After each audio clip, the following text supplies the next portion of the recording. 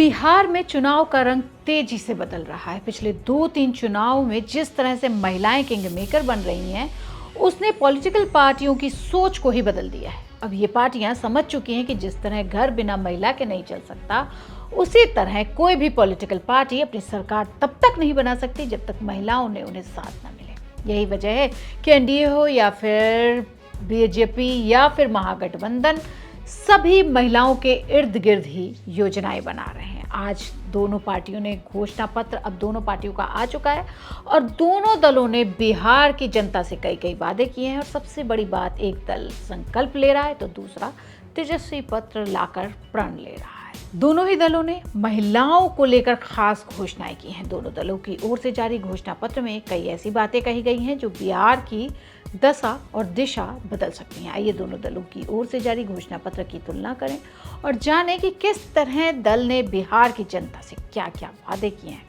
पहले बात रोजगार और पलायन की, तो एनडीए ने 1 करोड़ से अधिक लोगों को सरकारी नौकरी और रोजगार देने का वादा किया है। घोषणा पत्र के मुताबिक कौशल जनगणना करके कौशल आधारित रोजगार देंगे। वो हर जिले में एक मेगा स्किल सेंटर, बिहार को ग्लोबल स्किल सेंटर बनाएंगे। जिस राज्य के लगभग 2.90 करोड़ लोग रोजगार की वजह से दूसरे राज्य में नौकरी कर रहे हों, उस राज्य में पलायन एक चुनावी मुद्दा बनना कोई हैरानी वाली बात नहीं है। केंद्रीय श्रम और रोजगार मंत्रालय के एक आंकड़े बताते हैं कि अंतर्देशीय पलायन का राष्ट्रीय औसत से 6.1% है, जबकि इसकी तुलना में बिहार में पलायन की दर 15.8 के करीब है। सबसे पहले बात की जाए रोजगार की, राष्ट्रीय जनता दल के नेता और महागठबंधन के मुख्यमंत्री उम्मीदवार तेजस्वी ने पलायन को अपना सबसे बड़ा हथियार बनाया है। महागठबंधन ने बिहार की जनता से अपील की है कि अगर राज्य में महागठबंधन की सरकार बनती है तो राज्य के लोग अगले साल अपने परिवार के साथ छठ, दिवाली और होली का त्यौहार मना सकेंगे। तेजस्वी ने पलायन को रोकने के लिए हर परिवार को सरकारी नौकरी देने का वादा किया है।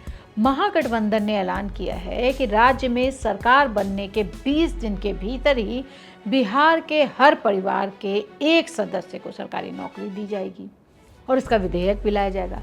सरकार के 5 साल के कार्यकाल के दौरान 1.25 करोड़ रोजगार का सृजन किया जाएगा। जब से दिल्ली में केजरीवाल सरकार ने मुफ्त बिजली देने की बात की, तभी से सारी पॉलिटिकल पार्टी इसको मुफ्त बांटने वाली कैटेगरी में एक नई कैटेगरी मिल गई, मुफ्त बिजली। बिहार जैसे गरीब राज्य में भी मुफ्त बिजली देने की बात की जा रही है। एनडीए ने बिहार में घरेलू उत्पादकों को 125 यूनिट बिजली फ्री देने की बात की है, जबकि महागठबंधन ने 200 यूनिट बिजली मुफ्त देने का ऐलान कर दिया है। यानी एनडीए की घोषणा से 75 यूनिट ज़्यादा बिजली तेजस्वी सरकार में मिलेगी। अब बात करते हैं आज़ादी के बाद से सबसे साइड में रखी गई महिलाओं की। महिला वोटर निर्णायक भूमिका में है। पिछले 20 सालों में जिस तरह से महिला वोटरों की तादाद बढ़ी है और जिस तरह से 2000 से 2020 में महिला वोटर सजग हुई हैं, इसके बाद से सभी राजनीतिक दलों में महिलाओं को अपने पाले में करने का दांव आजमा रहे हैं। तेजस्वी यादव माई बहन योजना के तहत महिलाओं को 1 दिसंबर से 2500 रुपए देने की बात कर रहे हैं। जीविका दीदियों को स्थायी सरकारी नौकरी बनाने की बात कर रहे हैं। 30,000 रुपए मंथली सैलरी देंगे। सरकारी बसों में महिलाओं को किराया मुफ्त दिया जाएगा। ऐसी बातें भी कही गई हैं। वहीं नीतीश कुमार तो महिलाओं को आत्मनिर्भर बनाने की बात कर रहे हैं। वो महिलाओं को 2 लाख तक की सहायता राशि देने की बात कर रहे हैं। 1 करोड़ महिलाओं को इस माध्यम से करोड़पति बनाने की बात की जा रही है। कुटीर उद्योग में महिलाओं की हिस्सेदारी बढ़ाने की भी बात नीतीश कुमार ने की है। बिहार में 100 MSMI पार्क की बनाया जाएगा और 50,000 कुटीर उद्योग की स्थापना की भी बात की जा रही है, जिसमें कम ब्याज दर पे लोन दिया जाएगा। 1 करोड़ महिलाओं को लखपति दीदी बनाया जा चुका है। तो एमपी और यूपी के बाद अब बिहार में लखपति दीदी की बारी है। नीतीश कुमार पहले से ही महिला पावर को जानते हैं और वो कई योजनाएं चला रहे हैं। देखिए, अगर हम 2010 की महिला वोटरों का ट्रेंड देखें तो महिला का वोट नीतीश के साथ रहा। 52.47% वोट पड़े, जिसमें महिलाओं का अनुपात 54.49% था और महिलाओं ने जमकर नीतीश को वोट दिया। हर घर हर जल योजना आई, शौचालय घर घर आए, फिर महिलाओं ने नीतीश का साथ दिया। बिहार में 56.66% वोट पड़े, जिसमें महिलाओं का वोट प्रतिशत 60 से अधिक था। फिर आया 2020, उसमें भी पुरुषों पे महिलाएं भारी पड़ी। 56.93% वोट पड़े थे, जिसमें महिलाओं का प्रतिशत 59.69 रहा और मुख्यमंत्री का सेहरा नीतीश पर बंधा। तो महिलाओं की शक्ति को अब सभी समझ चुके हैं और उन पर दांव लगा रहे हैं। अब बारी किसान की आती है।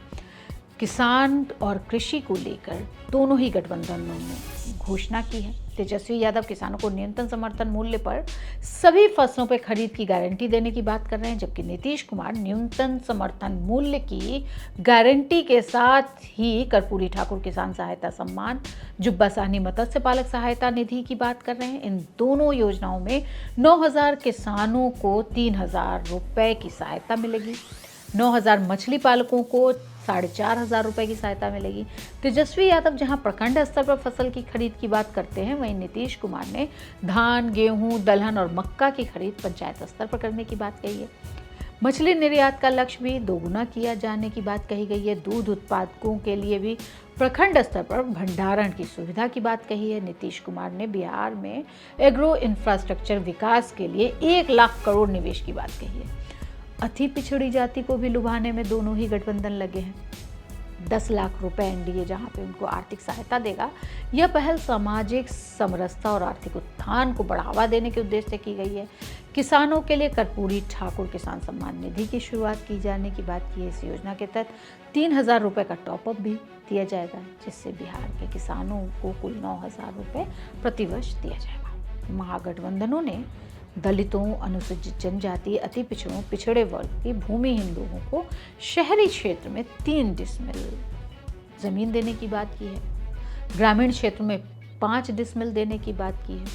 और ऐसे कई वादे हैं जो एनडीए और महागठबंधन ने किए हैं।